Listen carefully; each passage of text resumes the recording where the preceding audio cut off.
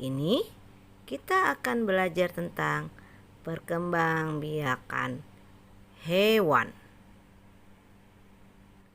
Nah, perkembangbiakan hewan dibagi menjadi dua, yaitu perkembangbiakan generatif dan perkembangbiakan vegetatif.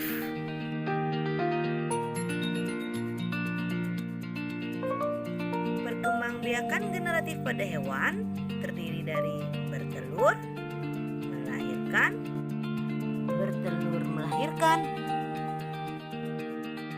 Ciri-ciri hewan bertelur.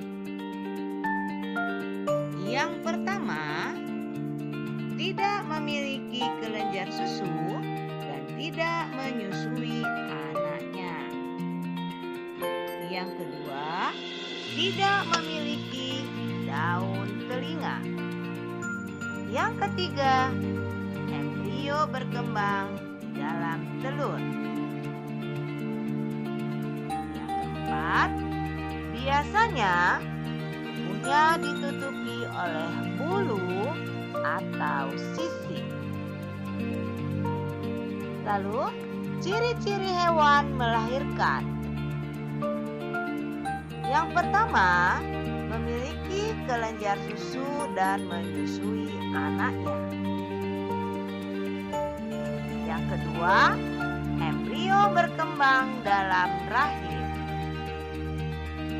Yang ketiga, memiliki daun telinga. Yang keempat, permukaan tubuh ditutupi oleh rambut. Ciri-ciri hewan bertelur melahirkan. Yang pertama, embrio berkembang dalam cangkang yang berada dalam tubuh induknya.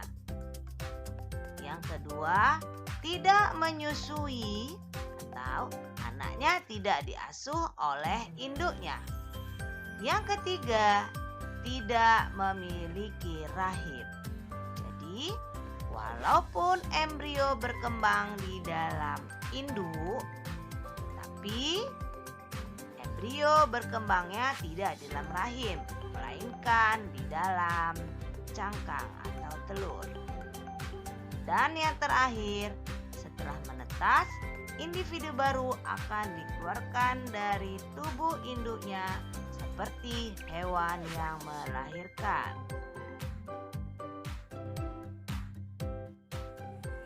Sekarang, yuk kita lihat contoh-contoh hewannya. Contoh hewan bertelur: ayam, ikan, ada kura-kura, serangga, burung. Sekarang, contoh hewan yang melahirkan: ada jerapah, singa, ada kanguru, dan hewan mamalia lainnya seperti mamalia air, yaitu paus, ada dugong, ada lumba-lumba. Nah, sekarang kita lihat contoh hewan ovovivipar. Contohnya ular boa, ikan pari,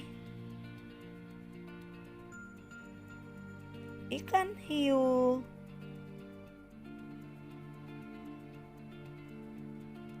dan kuda laut, serta masih banyak contoh-contoh lainnya.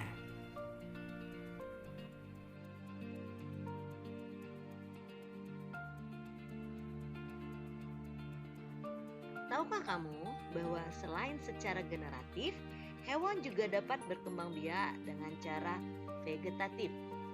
Perkembangbiakan hewan secara vegetatif adalah perkembangbiakan hewan tanpa melalui proses pembuahan. Apa itu contohnya?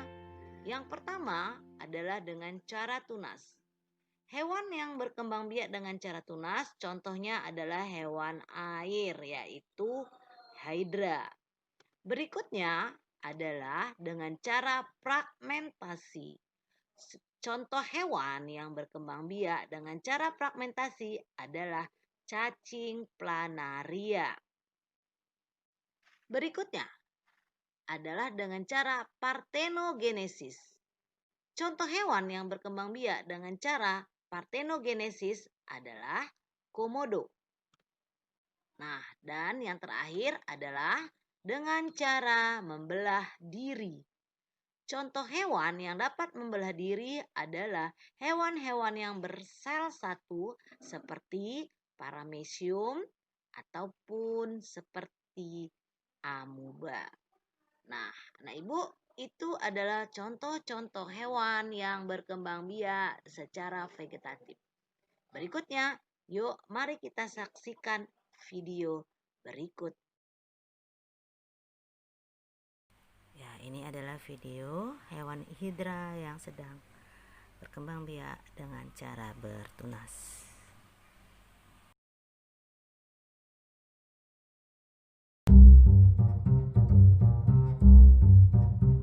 Si kecil lucu ini adalah planaria. Ini adalah spesies cacing pipih yang biasa ditemukan di dasar kolam.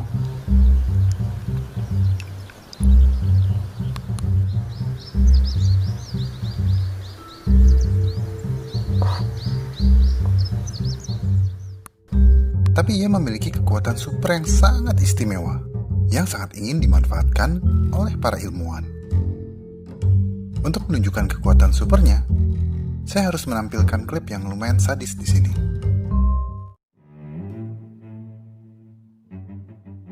Oke, jangan khawatir. Gak apa-apa.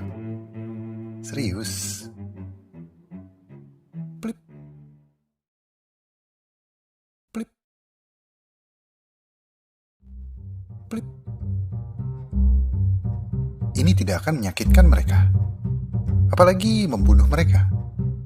Bagi kebanyakan hewan, ini adalah game over. Is dead.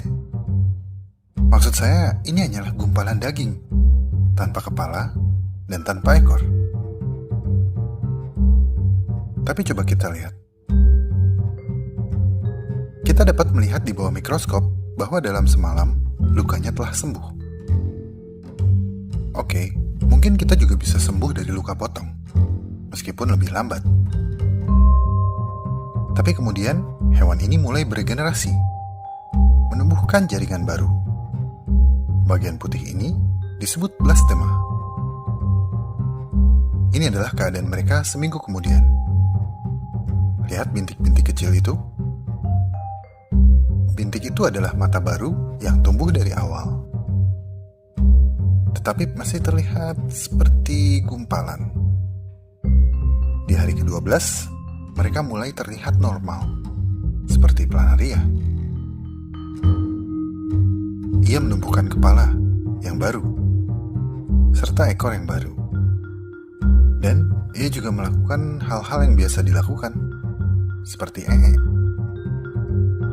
Itu karena salah satu organ pertama yang ditumbuhkan kembali adalah tabung yang disebut pharynx, yang merupakan saluran masuk dan keluarnya makanan.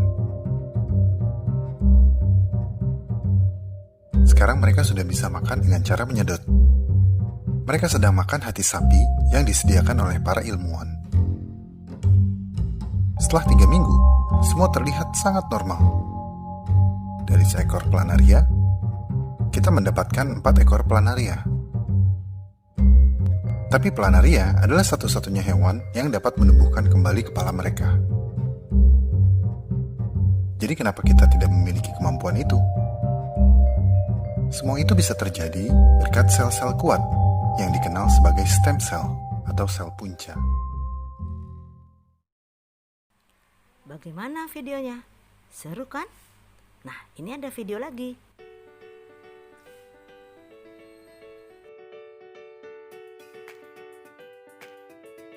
Ini adalah proses perkembangbiakan dengan cara membelah diri pada hewan bersel satu, yaitu paramecium. Coba kamu perhatikan bagaimana hewan ini membelah diri yang dimulai dengan memisahkan tubuhnya sendiri. Ya, hewan ini membelah diri dengan membelah inti selnya. Kemudian cairan dan dinding selnya membelah. Setelah itu mereka akan membelah dirinya menjadi dua individu yang baru. Nah, coba kamu perhatikan video ini sampai selesai. Yang di akhirnya nanti terdapatlah dua individu yang baru.